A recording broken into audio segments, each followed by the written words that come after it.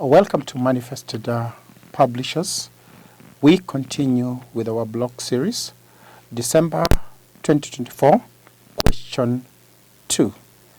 We proceed with reading the question. In Public Finance Management Seminar, one of the facilitators noted the Public Debt Management Office is tasked with the responsibility of conducting an analysis of debt sustainability in public sector. With reference to the above statement, outline 3 benefits of conducting annual debt sustainability. Outline 3 benefits of conducting annual debt sustainability.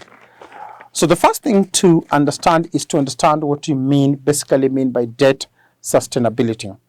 When you talk about debt sustainability, is basically the ability to pay debt without facing adverse adjustments to the income or revenue. Remember, debt sustainability, our debt payments are normally faced by social and political effects. So debt sustainability is ability to repay debt without adjusting the incomes and revenue. So the benefits of debt sustainability analysis, one of it we can say to guide. One we say to guide.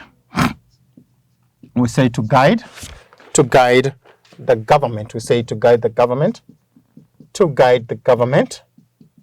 To guide the government on optimal. We say on optimal funding. Optimal funding, to guide the government on optimal funding options on its projects and programs. On its project and programs. Basically to guide the government on its optimal funding or option on its project, maximum funding of the projects and its program. Number 2, benefit of debt sustainability, which you say the ability of the government basically to pay its debt without making adverse adjustments to its income and expenditure, is to evaluate. We say evaluates the government, what they call the government's ability, evaluates the government ability to finance. We say to finance its projects. Government's ability to finance its project and projects and services, and its services with its current debt. So ability for the government basically to use the current debt that it has to basically finance its services and project without taking another debt. That is the second benefit of what we call debt sustainability, benefit of debt sustainability. We can also talk about number 3, we say determine. Number 3, we can talk about determine. What do you say determine? Determine the fiscal space. Determine what you call the fiscal space. Determine the fiscal space available. We say available to the government.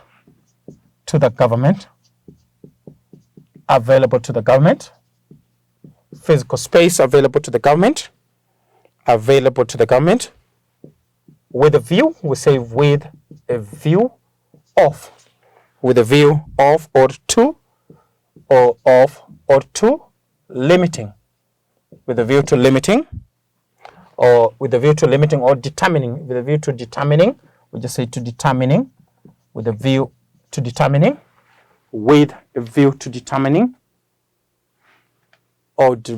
of determining. We just note something here, we just note 2A. This is 2A. With the view of determining the borrowing limit, what you call the borrowing, with the view of determining the borrowing limit, borrowing limit, given, we say given the available, what we call available current debt, available current debt. Just to emphasize on something that is very important, when you look at developing countries, one of the things that is synonymous to developing countries is that most of the time they're not able to cover their budgets, so they end up borrowing. So when you talk about fiscal space available to the government with a view of determining borrowing limit with a given current debt, most of these developing countries, if there's not a debt sustainability analysis, they may overextend the borrowing limit. That's why you find the debt is ballooning when it comes to these developing countries. When it comes to debt, there's a ballooning effect where you find them moving to many trillions in borrowing. And if we basically would do the debt sustainability analysis, such we'll be able to determine the borrowing limit and not to overextend. We can add a few more points to what we have covered by saying that to detect current, to detect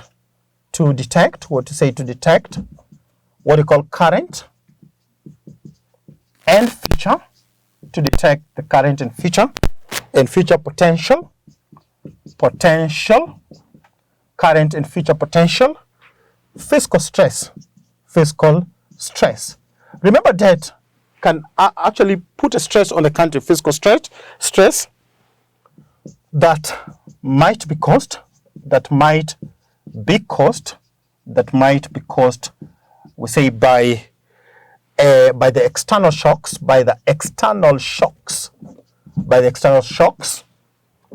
with a view,